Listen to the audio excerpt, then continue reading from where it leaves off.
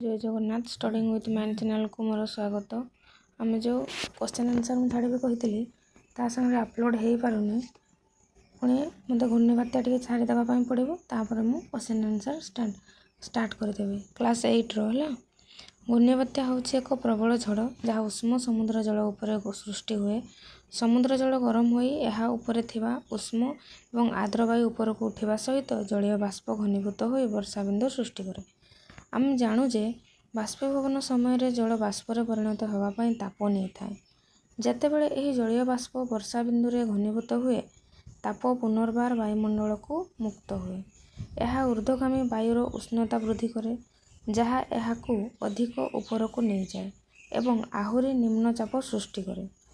चतुर्पार्श्वस्थ वायु ए निम्नचाप अंचल को प्रभावित हुए एवं यह मध्य ऊपर को उठा आरंभ करे। देख उच्चचाप निम्नचाप आउ उच्चचाप।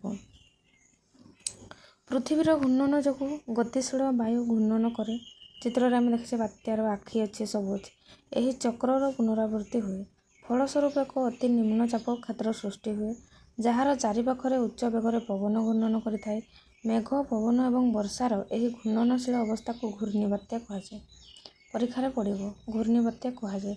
मेघ पवन और वर्षार यह घूर्णनशील अवस्था को घूर्णिबात्या कहुए। एक घूर्णिबात्यार सर्वनिम्न चापर अंचल केन्द्र में थाए जहाँ बात्यार आखि कहुए। घूर्णिबात्या देख बात्यार आखि सी एक घूर्णिबात्यार सर्वनिम्न चापर अंचल केन्द्र में थाए जहाँ बात्यार आखि कहुए। घूर्णिबात्यार आखिरे पवन शांत थाए किंतु आखपाख अंचल प्रबल पवन एवं प्रबल वर्षा होता है। घूर्णिबात्या समुद्र भूमि आड़ को गति करे। यह साधारणतः वज्रपात द्वारा उत्पन्न पवनर बेग तुलन में अधिक पवनर बेग सृष्टि करे। घूर्णिबात्या स्थल भाग में पहुँचवा पर आर्द्र वायुर उत्स विच्छिन्न हो जाए एवं यह धीरे धीरे तार शक्ति हराई थाए। स्थल भाग उपरे गति करने समय एक घूर्णिबात्या तार शक्ति हराइबा परे मध्य एक विनाशर पथ छाड़ी जाए जार क्षतिभरण करने को आमको मास किंबा वर्ष वर्ष लगी पारे। घूर्णिबात्या बहुत इफेक्ट करे ताकू पूर्ण होगा आमको टाइम लगी था। घूर्णिबात्या अत्यंत विनाशकारी हो पारे। उदाहरण स्वरूप 2020 आम्फान घूर्णिबात्यार सर्वाधिक पवन बेग 270 किलोमीटर/घंटा थिला। आम्फान जितेबाला होता केते मसीह ना 2020। ठीक सेहीपरि 1919 महाबात्या समय जगतसिंहपुर जिलार व्यापक अंचल विशेषकर एरसमा कुजंग बालिकुदा ब्लॉकर समुद्र उपकूलवर्ती अंचल घूर्णिबात्यार सर्वाधिक पवनर बेग 300 किलोमीटर थिला। यही महाबात्या व्यापक धनजीवन हानिर कारण होता। घूर्णिबात्या समय प्रबल पवन समुद्र पानी को कूल आड़ को ठेली दिए जहाँ 3 ରୁ 12 मीटर उच्च जलर प्राचीर सृष्टि करे। पानीर यह ढेउ उपकूलवर्ती अंचल एवं समुद्र ठारू दूर थिबा अंचल गुड़िकर बन्या मध्य करिपारे। घूर्णिबात्या सहित प्रबल वर्षा नदी गुड़िकर बन्या करिपारे एवं भूस्खलन मध्य होई पारे। समुद्र भीतर को माड़ी आसुवा समुद्र जल पानीय जल उत्स को दूषित करिपारे एवं चाष जमी को क्षति पहुँचाई थाए। समुद्र जल थिबा लुण माटीर उर्वरता कम करिपारे जहाँ फसल को प्रभावित करिपारे। उपुड़ी जाइथिबा गछ एवं अन्य भग्नावशेष जो रास्ता अवरोध होई पारे जहाँ फल प्रभावित अंचल गुड़िकर साहाय्य पहुँचवा कष्टकर हो पारे। विभ्राट विद्युत विभ्राट दिन दिन धरी रही न पारे जहाँ जरूरीकालीन सेवा एवं दैनंदिन जीवन को बाधा प्राप्त करिपारे। घूर्णिबात्या समय आम निजको किपरि रक्षा करिबा। भारतीय पाणीपाग विभाग India metrological department IMD full form मन रखब इंडिया मेट्रोलॉजिकल डिपार्टमेंट द्वारा जारी करा जाइथिबा पाणीपागर रिपोर्ट एवं नियमित सतर्कता एवं चेतावनी विषय रे सद्यतम खबर सह सजाग रहिबा गुरुत्वपूर्ण। पाणीपाग पर्यवेक्षण सैटेलाइट को आमर धन्यवाद। यह साहाय्य आज आम घूर्णिबात्यार अवस्थिति नियमित निरीक्षण करिपारुछे सेमानंकर गतिपथ पूर्वानुमान करिपारुछे।